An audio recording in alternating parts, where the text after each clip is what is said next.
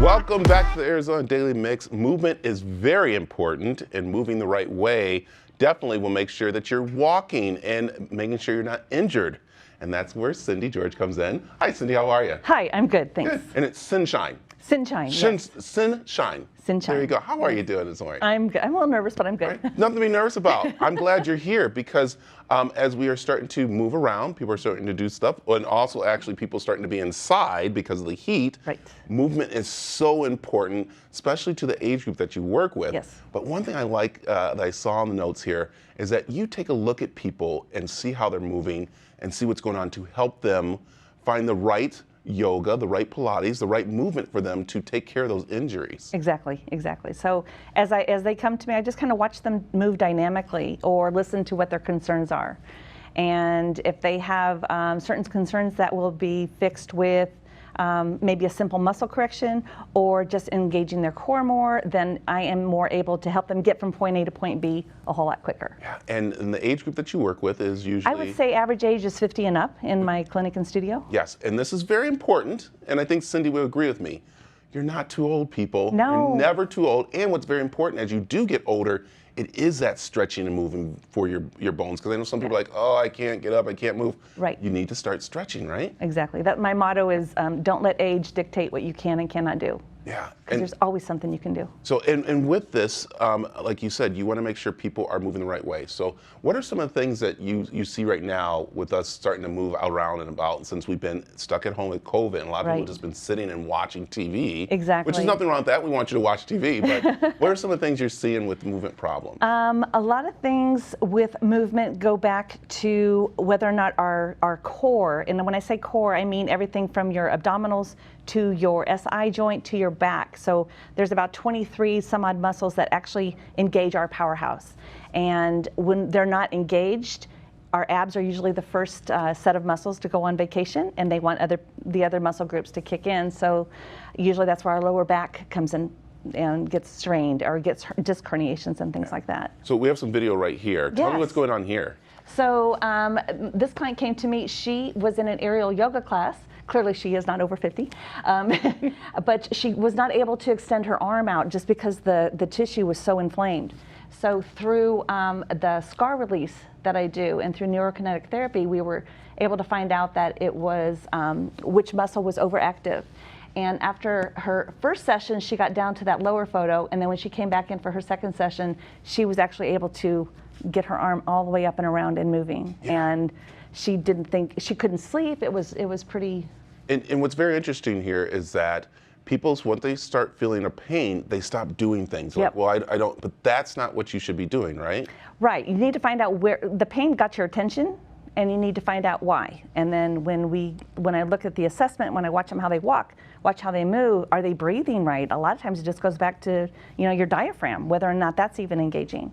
So when you have all those places and those things in order, then you can address the issue. Fix the problem, don't fix the symptom. Yeah, and it's kind of interesting that everything you just said works to our core. Yes. So when someone goes, oh yeah, my arms hurt, I pulled a muscle back here, and it's right back in here, it's actually probably in your core than more where you feel the pain at. Right, or it could be related to a scar. So scar tissue, when that lays down, if you've had shoulder surgery, hip surgery, C-sections, that scar tissue will lay down. It's trying to anchor and fill the void, right? And that will affect your whole fascial line. So as we're looking here, what's going on here?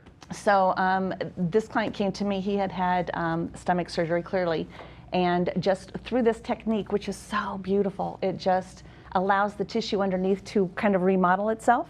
And it's non-invasive. I just use my fingertips, and there's a procedure that I follow in within 3 sessions in a pretty relatively short period of time. And then this was a hip surgery scar that sometimes I get surprised by how easily this works. Yeah. And how beautifully it works, and it helps with their range of motion, helps with relieve chronic pain. So it's and this is more of movements that you put them on a little system that they do, I mean like a little regiment that you have them doing even at home? Yes, so the scar release is called McLaughlin scar tissue release. So that happens first, and then once that gets going, then we're able to actually strengthen the muscles that were not working so well or not getting the message that they needed to turn on. Yeah. All right, if someone's sitting at home right now, Yes. they're going, okay, I got this pain. what are some movement tips that you can do to help them and to pretty much get them moving again? Right. So if someone is in pain, depending on where it is, I would go back to breathing. I would go back to the breath. Really just focus on, is my abdominal area, is it raising up as I inhale? Because that diaphragm's got to drop down, and that's where the abs or your abdominal region will expand, and then when you exhale, that diaphragm is allowed to go up. But as we drive a car and you're getting cut off in traffic or you're tense because of something, we tend not to let that diaphragm do its job, and so we use our accessory respiratory muscles. Neck problems, neck issues, and things like that. And I think other thing too is I think people do this. They're at home, they're like Oh, this, yeah, and yeah. that is the worst. Yep. As they're watching TV and they're wondering why their back hurts. I'm guilty Yeah, of it, yeah. but it's also about sitting up. Yep, Straight. exactly. Yep, and breathing and moving so slow. Slow is better. You don't want to go out and run a marathon if you've been sitting on the couch for a year. Yeah. So take it slow. Go for a walk, maybe around the house, maybe twice around the house. And what about stretching? You have any stretching Yes. tips?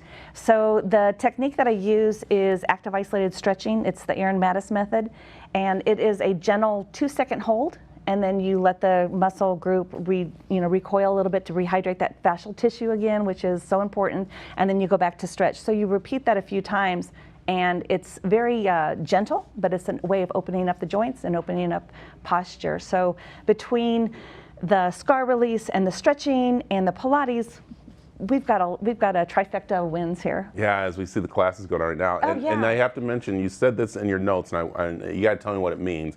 Motion Is lotion. What's that mean? When you move, when you're moving your joints, that's moving all the fluid in your body. It's moving the fascial tissue. So everything is getting lubricated, and that's what keeps us upright and walking. Yeah. So, And then this is some of the classes that you teach there, Yeah. which go on. And again, we're Yeah. seeing the older people, Yep. the seniors, on those Pilates. Sometimes they think they can't get on. Oh, that machine scares me, but right. it's amazing. how No, they it's do it. and I can pretty much adapt to any situation. So I've been picking up a lot of neurological clients with after stroke recovery, or MS. Different types of fibromyalgia I work a lot with. So each one of them comes with their own specific idiosyncrasies that needs to be addressed. So we just go slow and let people move, and I'm probably their biggest cheerleader, which I like. It's what's important. I like that. Cindy, tell them how they can get a hold of you. Okay, so my website is cynshine.net, CYNSHINE.net, or they can call me or text 480-824-3776. I'm on Facebook and Twitter and Instagram and all the other good stuff too. There you go. Motion is lotion. Motion's lotion. Remember that. Thank you. And don't let age dictate what you can and cannot do. Perfect. Thank you. Thanks.